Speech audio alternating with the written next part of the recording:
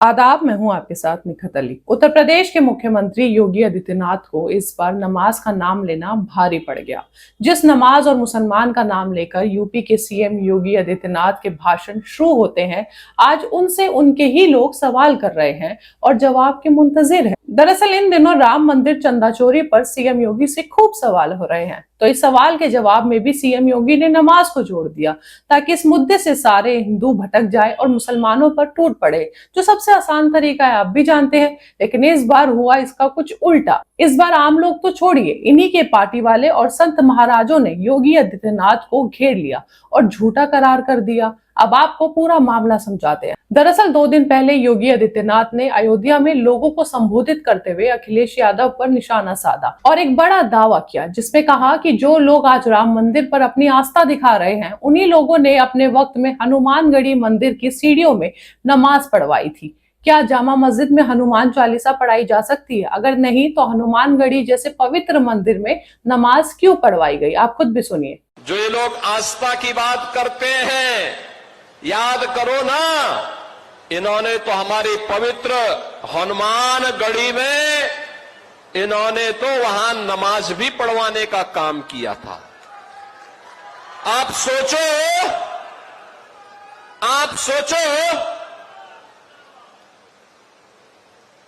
कल्पना करिए,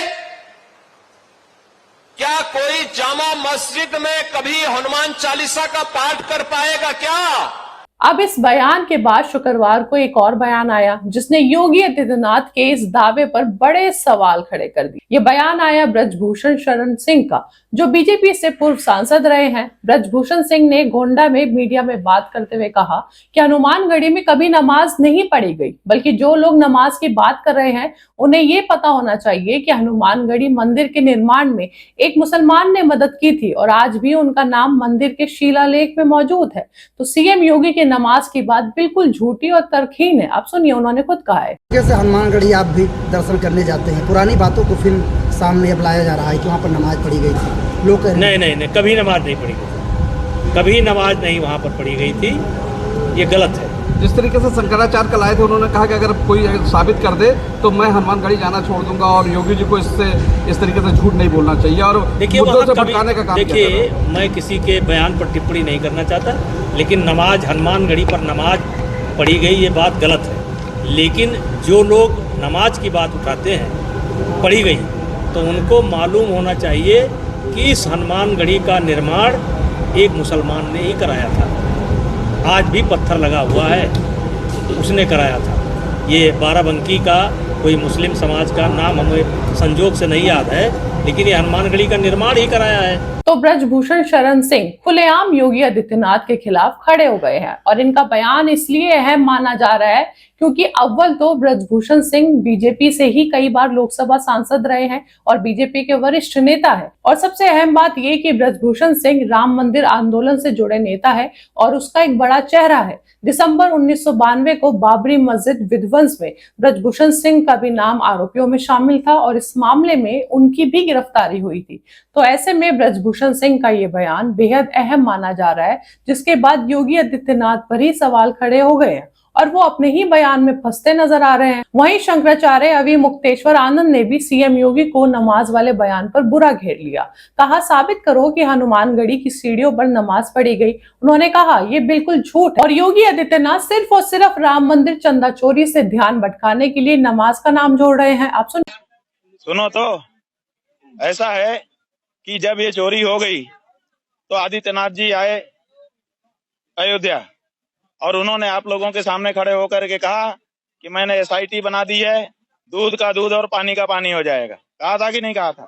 आप लोगों ने खूब चलाया, दूध का दूध पानी का पानी, दूध का दूध पानी का पानी, दूध का दूध पानी का पानी। तो आप लोगों ने सोचा कि भाई दूध का दूध पानी का पानी हो जाएगा।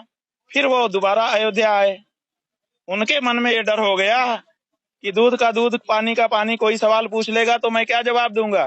तो 27 साल पहले की घटना को विद्रूप करके उसको दूसरा रूप दे करके उन्होंने आपके सामने कह दिया ताकि लोग इसमें चले जाएं और दूध का दूध पानी वाला सवाल कोई ना पूछे।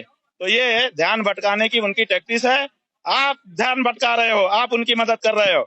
सवाल ये है कि दूध का दूध पानी का पानी कहाँ है? वो बताओ। ये दान मत करो, गोदी मीडिया मत बनो। गोदी मीडिया बंद करके 27 साल पुरानी घटना को आप अभी मत उठाओ। पहले हमको दूध का दूध, पानी का पानी दिखाओ और उसके बाद सामने सामने की चर्चा कराओ, हम उसका भी जवाब देंगे। लेकिन जिस समय दूध का दूध, पानी का पानी होना है, उस समय आप 27 साल के पहले की बात को झूठी तरीके से प्रस्तुत कर रहे हो, झूठ बोलते हो।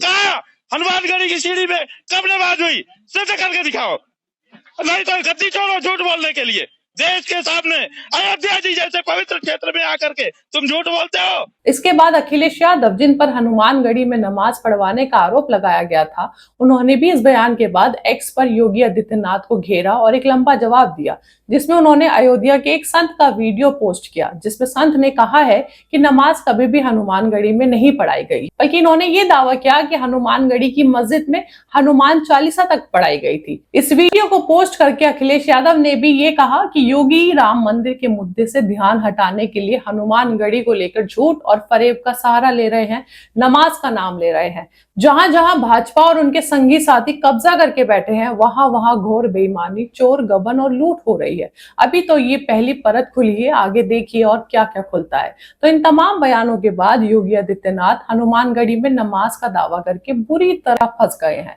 इस बार राम मंदिर चंदा चोरी के सवालों से बचने के लिए मुसलमान और नमाज की बातें भी काम नहीं आ रही है। हम सब जानते हैं आने वाले वक्त में यूपी में चुनाव है, जिसकी तैयारी योगी आदित्यनाथ ने करनी शुरू कर दी है और अपने हर भाषण में वो मुसलमान, नमाज, इस्लाम, मस्जिद, आतंकवाद जैसी चीजों पर ही बयान देते हैं और यही उनकी सियासत का हिस्सा भी रहा है। अब आप देखिए ना, शुक्रवार को सीएम योगी आदित्यनाथ बिजनौर में जनता को संबोधित कर रहे थे और उसी दौरान वो जिन्ना को लेकर एक बयान देते हैं। कहते हैं हमें जिन्ना नहीं गन्ना पसंद है। अब आप बताइए, हमारे देश में जिन्ना की बात कौन करता है और इसकी क्या जरूरत है?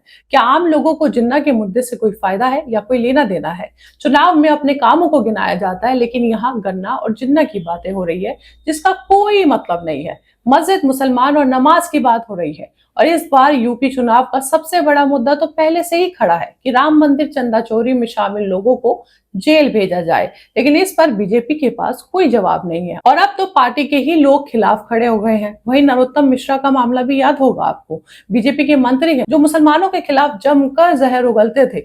बावजूद इसके पार्टी ने उन्हें उपचुनाव का टिकट नहीं दिया। वो कैमरा पर रोने भी लगे, लेकिन इसके बाद भी उनका वही हाल रहा। अब आपको बीजेपी के ही एक पूर्व मुख्यमंत्री की बात भी सुनाते हैं जो एक बहुत अच्छी बात कहती है। वसुंधरा राजे, जो राजस्थान की पूर्व मुख्यमंत्री रह चुकी हैं, वो कहती हैं कि सियासत में जमकर दुश्मनी करो, लेकिन थोड़ी गुंजाइश छोड़ दो कि जब कभी आमना सामना हो तो शर्मिंदा ना होना पड़े। अब सुनिए कि दुश्मनी तो जम के करो भाई, परंतु थोड़ी सी खिड़की छोड़ दो, थोड़ी सी गुंजाइश छोड़ दो, ताकि जब कभी हम लोग एक दूसरे के सामने आ जाते हैं तो हमको शर्मिंदा ना होना पड़े।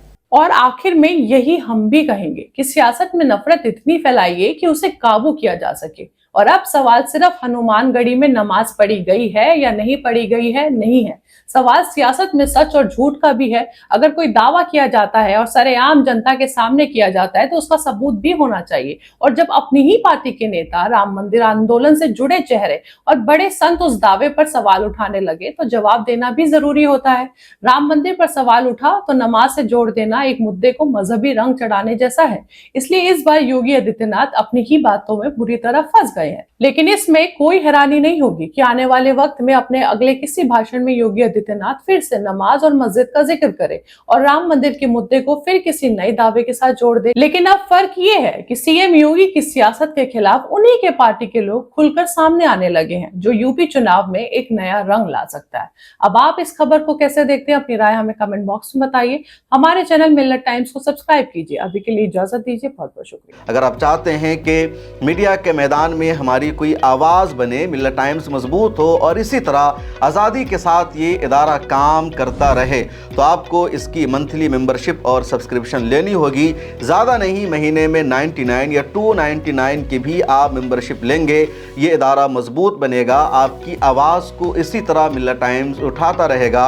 यहाँ एक QR कोड आपको दिख रहा है, इसको आप स्कैन कर सकते हैं या डिस्क्रिप्शन में हमारी वेबसाइट का लिंक मौजूद है, उस पर क्लिक कीजिए। इस तरह तरह का पेज खुलेगा आपके मोबाइल पर, जहां पहले अपना नाम लिखना है, जिस तरह कॉलम बना हुआ है फर्स्ट नेम एंड लास्ट नाम का। उसके बाद फ़ोन नंबर आपको लिखना है, उसके नीचे ईमेल आईडी आपको अपनी डालनी है, उसके नीचे आई डिक्लेयर लिखा हुआ है जहां आपको टिक कर देना है। नीचे आ जाएंगे, पे नाउ का बटन मौजूद है, जैसे ही आप क्लिक करेंगे यूपीआई एप्लीकेशन खुल जाएगा, खा गूगल पे हो, फ़ोन पे हो, पेटीएम हो या कुछ और हो, और वहां से आगे जो पेमेंट का प्रोसेस है उसको कंप्लीट करना है। इस तरह आप मिल्ला टाइम्स के मेंबर और सब्सक्राइबर बन जाएंगे।